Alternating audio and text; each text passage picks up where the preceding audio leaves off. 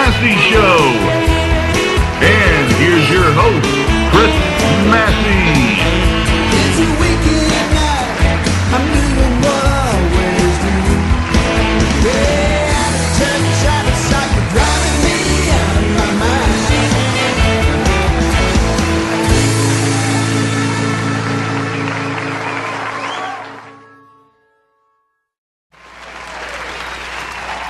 Hey everybody, I'm Chris Massey and welcome to the Chris Massey Show here on the American Hearts Radio Network. We're coming to you live tonight from our studio here in downtown Atlanta. Now, I spent this last weekend on the road with the Chris Massey Band. We were up at the Coffee Pot in Roanoke, Virginia, and Saturday night we were at Smokey Joe's in Charlotte, North Carolina. I'd like to thank everybody that came out and see us, and all the guys in the band. Kudos, a job well done. I really appreciate it.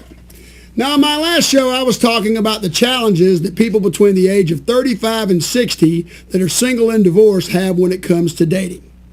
Now, anybody can get a date these days. The internet is full of all kinds of dating sites. There's a dating site for Christians, one for farmers. There's even a dating site for Green Bay Packer fans. And there's this dating site called Booty Call, which I don't really think it's a dating site. And there's escort services all up and down the web. So if you're sitting at home not having sex with anybody, well, it's a pretty good chance that you wanted to do it that way. Now, dating is a lot like going on a job interview.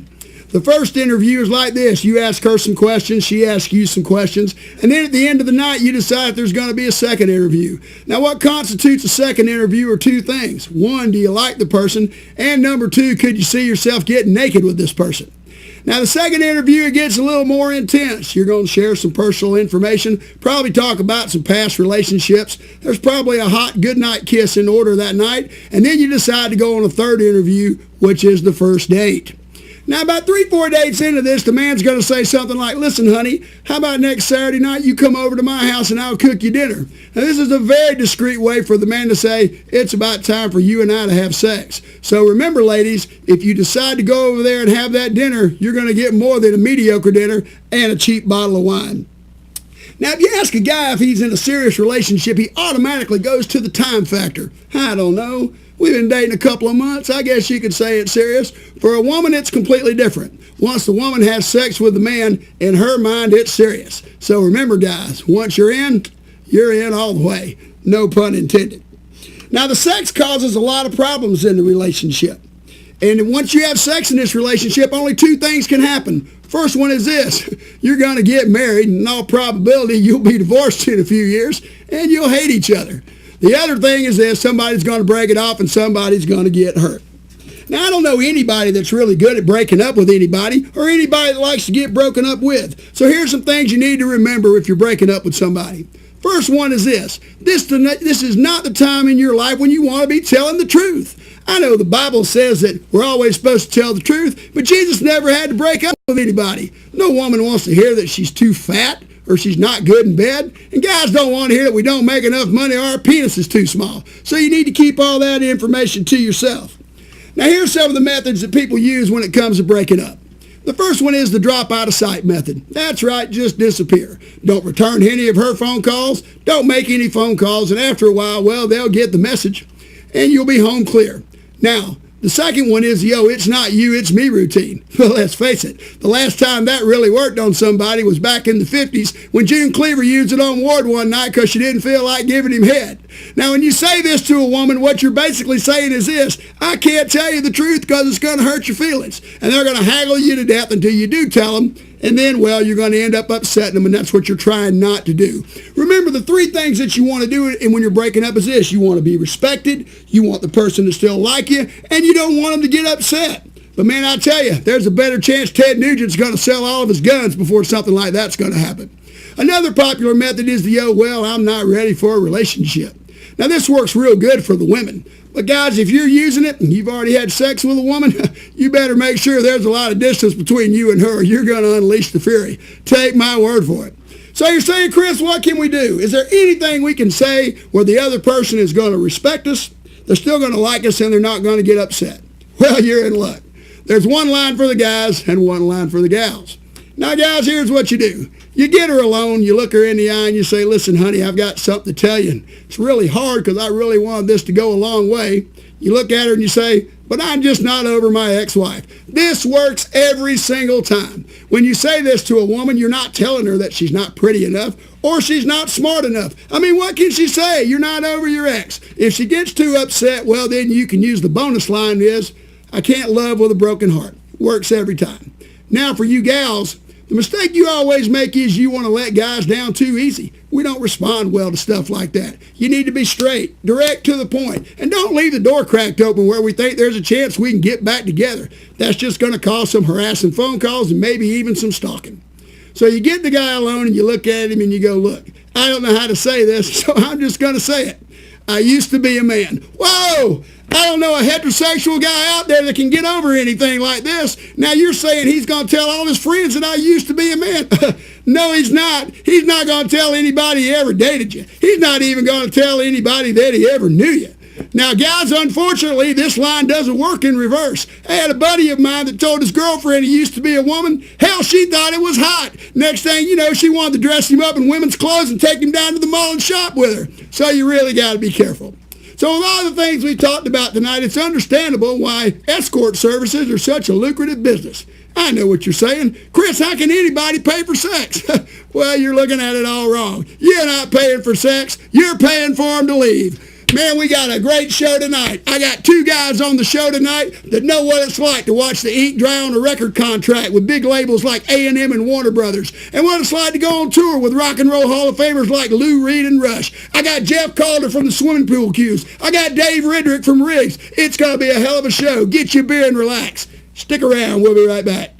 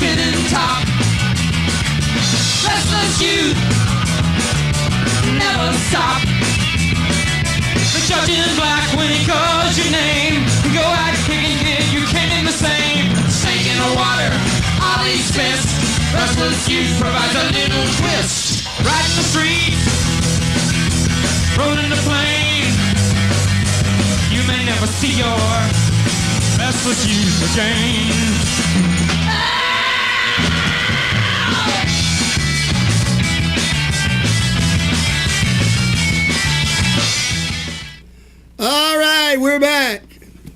Now, let me tell you, in the early 1980s, there were a lot of big nights for music in the Atlanta area. And one of the biggest nights for me was any time these guys played down at the 688. Of course, I'm talking about the Swimming Pool Cues. And tonight, my first guest is the front man for that group, Mr. Jeff Calder.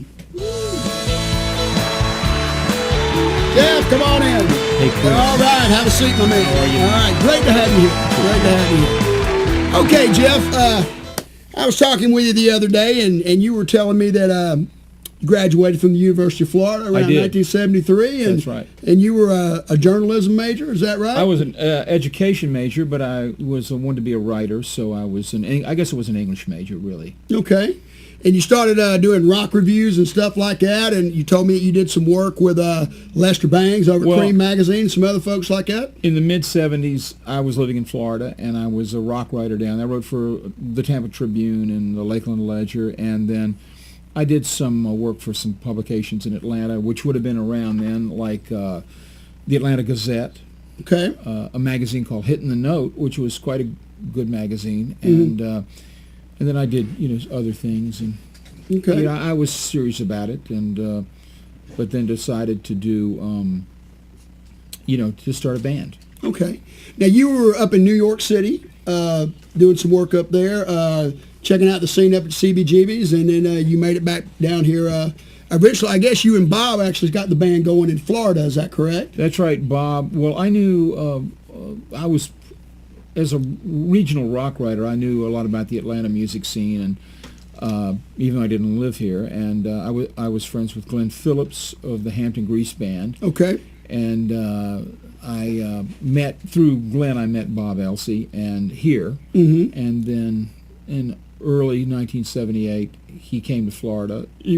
I think he was 19 years old at the time, and he came to Florida, and we put together demos, and then I moved here in March of '78. So okay, so you get the lineup all set, and of course, Andy Richmond Boston is a key member of the group. That's right. That you guys get to go on. That gives you that dual lead singer thing, which was really cool. One of the things that I always liked about you guys, and you guys start performing. I know you before you were even assigned that, you guys went out on the road with the Police. Is that right? that's right. Okay. And then the first time I saw you was at the 688. The place was packed, and I had that DB record deep in, and man, I just thought it was great. I mean, I listened to it all the time. All my friends had it. It was a great record. Little Misfit, Big Fat Tractor, the A-Bomb. You did Stock listen Car to it. Sin. Oh yeah, oh yeah. I've still got it. I've got all those songs on my iPod. Just really, really good music. There Well, were we a lot of still, great bands then, but you guys were certainly one of the best. Yeah, we still enjoy playing all the songs from the deep end. You were telling me that the band has never broken up. That's right. You guys have been together in some form or another. I guess you and Annie have been in the band all the time. Is that correct? Bob, Elsie, and Ann, Boston, and I, and then our drummer Bill Burton he's the new guy in the group. He joined in 1982. Yes. So he great drummer. Right. And then interestingly, our first drummer, Robert Schmid, who was the drummer on the deep end, Right. has played bass with us for the last several Wow. years. So the swimming pool cues have really been intact I got you. for 36 years as a stable lineup. But the core of Ann, Bob, and I from the beginning. Okay. So you guys get offered a record deal with A&M Records. That's and you right. sign that deal, and your album comes out, and man, they put you on the road with Lou Reed. That had to have been awesome. Yeah, it was great. Yeah, he was a terrific guy. He was very quiet. This was 1984. He'd been through, kind of a drug rehab, and Right. drug and alcohol rehab thing. There's no secret there. And he was very quiet, but he was very nice to us. Okay. And we toured America, played everywhere with him. Oh man, that had to have been great. That had to have been great. So you put out another album, I think, with A&M. Is that That's correct? right. Blue Tomorrow, 1986. And both these albums got really good reviews from the critics, did they not? That's right. Okay. All right. So now these days, the swimming pool cues still play, and you were telling me you guys are going to be at the Avondale Festival. Is that Music right? Festival on Saturday, October the 4th, I think. Saturday, October the 4th. Okay. All right. Well, I'm going to do my best to get out there for that. So tell me now, when you guys were, you guys actually did go up to New York and do some work before you got signed as well. Did you guys play at CBGB's? Well, I think we started in 1978. We signed the A&M deal in 1984. So the swimming pool cues were, had been together 5 years. And we were a very hard-working band during those days. There wasn't any kind of new wave or punk circuit in the region at that time. Right. So, but we were determined to go out and play the South. So we stayed, very busy playing places that weren't always happy to see us. But I have to say that's how we found ourselves as a band, really. And of course, then we went up to the Northeast and up the East Coast many, many times in those 5 years and played, as far north as in Boston and New York City and.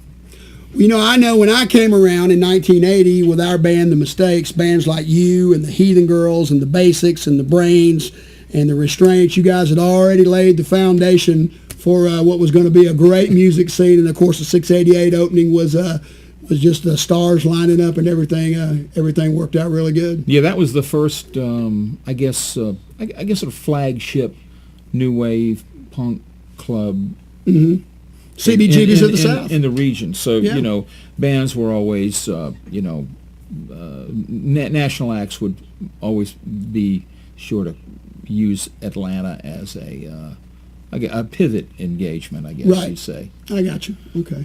Yeah, I saw some big bands there, and you guys were always one of them when I did see it. Thank you, Jeff, man. thank you so much. Great to have Great. you on the show. The Swimming Pool Cues at the Avondale Music Fest. We'll be right back.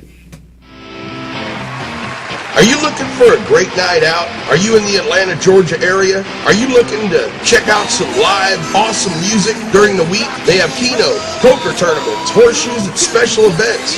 It's all at the Moon Shadow Tavern. That's at 3976 Lawrenceville Highway in Tucker, Georgia. That's the Moon Shadow Tavern. Give them a call, 770-674-2133. Check out their selection of great food, friendly service. Visit their website at msttucker.com. That's www.msttucker.com. Moon Shadow Tavern is a proud sponsor of the Chris Massey Web TV music show on www.americanheartsradio.com. Make sure you told them that American Hearts Radio sent you. Visit their website, check out their great selection of food, appetizers, wings, burgers, sandwiches and wraps, steaks and chicken, salads and sides. Also their drink specials. Live music during the week. Check them out. Give them a call, 770-674-2133.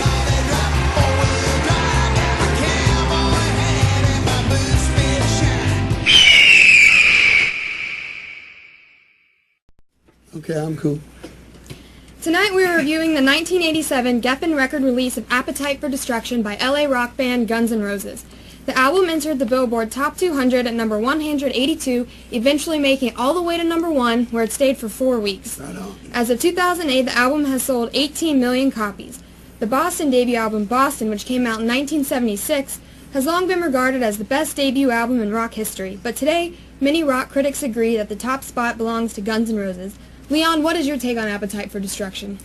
Well, this album can really be reviewed in just 2 words. It rocks. Well, do you want me to talk some more? Well, yeah. Don't you want to talk about the musicians, maybe some of the tracks? Oh, okay. This album features electrifying guitar work from Slash. He's the one wearing the hat. A tight rhythm section from bassist Duff McKagan and drummer Steven Adler. Fine rhythm guitar work from Izzy Stradling, and haunting and screeching vocals from a then not so screwed up Rose. My favorite tracks on the record are Hull Up, Ramble On, The Lemon Song, Heartbreaker, and Livin' Lovin' Maid. Are you serious? What do you mean? Those are tracks from Led Zeppelin 2. They are? Yes. Are you sure? Yes, I'm sure. Oh man, you know what must have happened was I had the Led Zeppelin 2 CD in the Appetite for Destruction CD case when I was listening to the CD. And you couldn't tell the difference. Well, I mean, you know, I was getting high and just kind of listening to it, and I guess I just got kind of lost in You it. got lost in it. Yeah, that's right. Look, Leon, you promised Michael Loye, the CEO of American Hearts, that you wouldn't be smoking weed when you were reviewing the records or before you came on the show. Leon, have you been smoking weed today? Well, yeah, a little bit. Look, man, I thought what he said was I couldn't smoke weed on the show. No, he didn't say you couldn't smoke weed on the show. He didn't? No. So you're saying I can't smoke weed on the show? No! Just shut up! Just shut up! Now you listen to me, Leon Smoker. You are not going to drag me down. I come on the show, I'm prepared and I'm professional, and you can't even listen to the right record. Hey, man, I don't think I want to work with you. You're kind of hostile. Hostile? You've ruined the whole show. Nah, just hold your horses there, Pocahontas. Let's don't go crazy quite yet. I mean, don't you think somewhere down the line we're going to review Led Zeppelin 2? Probably. Look, man, I've already listened to it. That puts me a couple steps ahead of the game. You are not a couple steps ahead of the game. We were supposed to review Appetite for Destruction. What part of that do you not understand? So you're saying I screwed up? Well, look, I didn't do it on purpose, man. Just take us out. Join us next time on the Hippy Dippy Classic Album Review when we will be looking at the Iron Butterfly Classic Inagata de Vida and the major impact it had on the disco movement of the late 1970s. Until then, I'm Leon Smoker. And I'm Rachel Jordan. See you next time. Hey, man, are we on TV? Yes, Leon, we're on TV.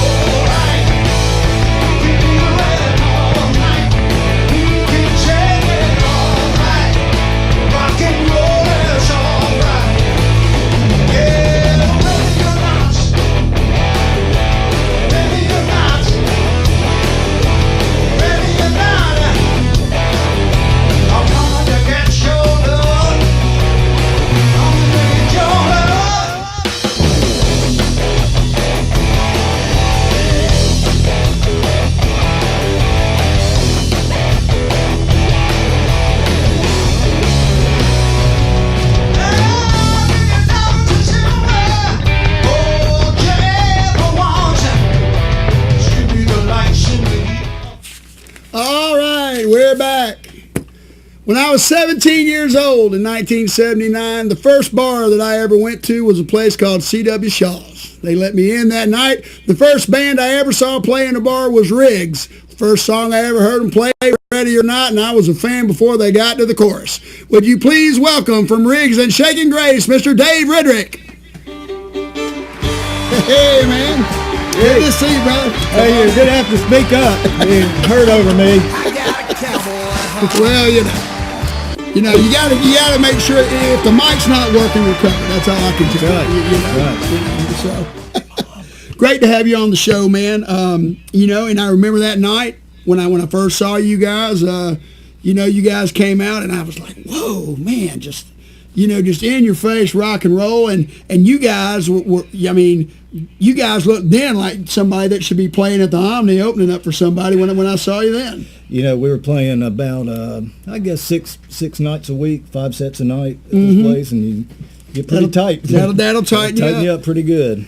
Now, before Riggs, you were in a band called Raggedy Ann, and you guys did some big things. I know you played a big show over at the Birmingham Auditorium. Did you not? With ARS? Was that a gig that was you did? big. That was the first big gig I ever did, and you know, just from going from a basement band to that was pretty shocking. And then you guys ended up doing a show at the Fox as well. That's right. As an unsigned band, that's a pretty big deal. Yep, it's pretty cool. You guys must have had a good manager. Yep, got to play with Rick Richards. That was a lot of fun. Right. Okay. Band. All right. So Riggs comes along and you guys are rocking it out at places like C.W. Shaw's and the Agora Ballroom and Rumors and places like that. And Warner Brothers comes knocking with a record deal.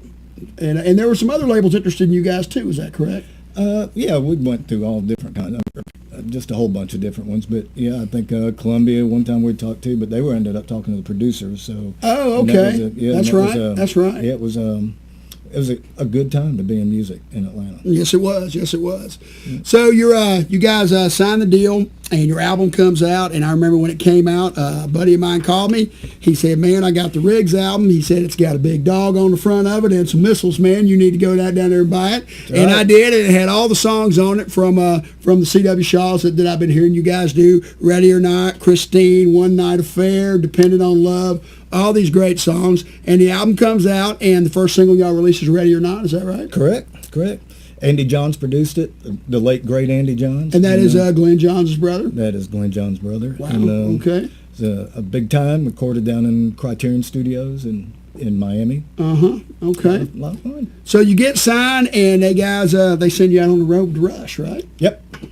So what kind of a tour was that? Were y'all doing theaters or big arenas? I know in Atlanta, the show was at the Fox, I believe. Yep. I believe that. Yeah, we had ended up doing like sports arenas and things like that, and Omni stuff, things like that, and it was a lot of fun. And you were telling me you did some shows with AC/DC when Bon Scott was in the band. Scott, that was always cool. Got to got to Nice guy? meet. Yeah, really didn't hang around with him too much. But in Agora, it was in Agora, the dressing room's so small, everybody shares Right. one big dressing room. Oh, yeah. But, Okay. but it's cool. Neat guy. Just all of them are about this tall. So then, before you guys are going in to do your second album, you get a call to do a couple of tracks for the heavy metal record. Yep. And this was the guy's name, the short guy that manages the Eagles. What's his name? Irving Azar. That's right. He's a big star now because of that History of the Eagles documentary they got. You know, Yeah, you think? he's on there as much as Don Henley and Glenn Fry, for crying out loud. You know. He's probably even bigger now than he was back then. I mean, Right. He was just, God. So y'all get a couple tracks on this record. Of course, Sammy Hagar has a big hit on there. Yep. And this album goes what? Double platinum, triple platinum? Yeah, I know it's at least platinum. Got one, but I need to look that up. It might even be double. I don't know. Well, that's easy to do these days, you know. I don't know. So anyway, so I think you told me you guys went in to do the second album, and things didn't go so well, and you guys ended up splitting up, and Jerry went on to play with Pat Travers, and Yep. you know, speaking of that Eagles documentary, Timothy B. Smith says in there that it's his experience that bands are always on the verge of breaking up at any time, Yep. and I can understand that. You know, you think things are going well, and then all of a sudden, you know, somebody else gets other ideas, and then it takes off. You know. Yeah, I guess that's how it goes. So after Riggs calls it quits, you decide to take a break from music, Took a break. Had families, couple boys. right? Mm-hmm. It's doing all great, and got back into music in the '90s, and now I've been playing with a band called Shake and Grace. Awesome. Yes. Now I've seen some videos of you guys, and man, there's some pretty good musicianship going on in this group you got right here. Man, it is. We've been doing a lot of specialty things like complete albums from beginning to end. And we just did Led Zeppelin 2. At the Moonshadow. We just did it at the Moonshadow last Saturday. We on New Year's Eve we did the Robin Trower Bridge of Sighs album. Right. It was a Okay. Great show. Wow. Great guitar player. Mike Gill is unbelievable. And need to check him out. Paula Mangum, Larry Tate, and of course my awesome wife, Susan. I was about to say, you better not leave her out. The door's going to be locked when you get home, man.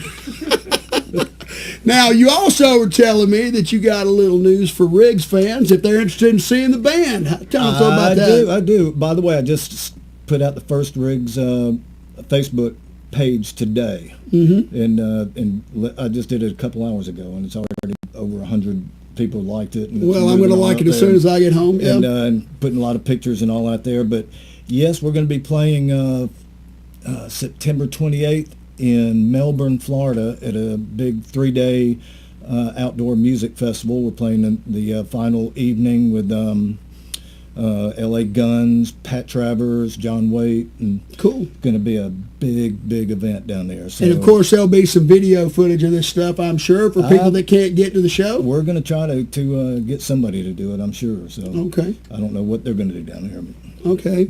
So if you're vacationing in Melbourne, Florida coming up and you're a Riggs fan, you're going to be in luck because the boys are going to be down there rocking it out. big And, stage, big crowd. It's going to be a blast. when can we catch Shake and Grace next? We don't have anything booked, I don't think, until October 16th. I'm not sure. I think just watch the Facebook page. You got it. Okay. we'll post Dave that Riddick, thank you so much for being Awesome. on the show Thanks, tonight. man. Dave Riddick, everybody. We'll be right Hey! back.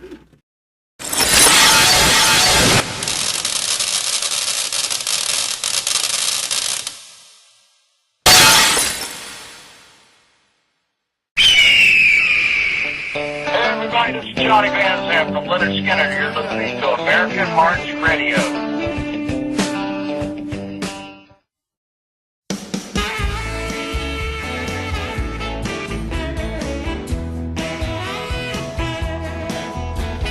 Serving Atlanta since 1998, Massey Gutters understands the challenges specific to our area. Massey Gutters is familiar with all aspects of gutters and roofing. We use only the highest quality materials. With our fully trained and professional staff, you are guaranteed to get quality service and work. References available upon request. Call us today for a free estimate, 404-314-6800. Again, that's 404-314-6800. Call Massey Gutters today, 404-314-6800.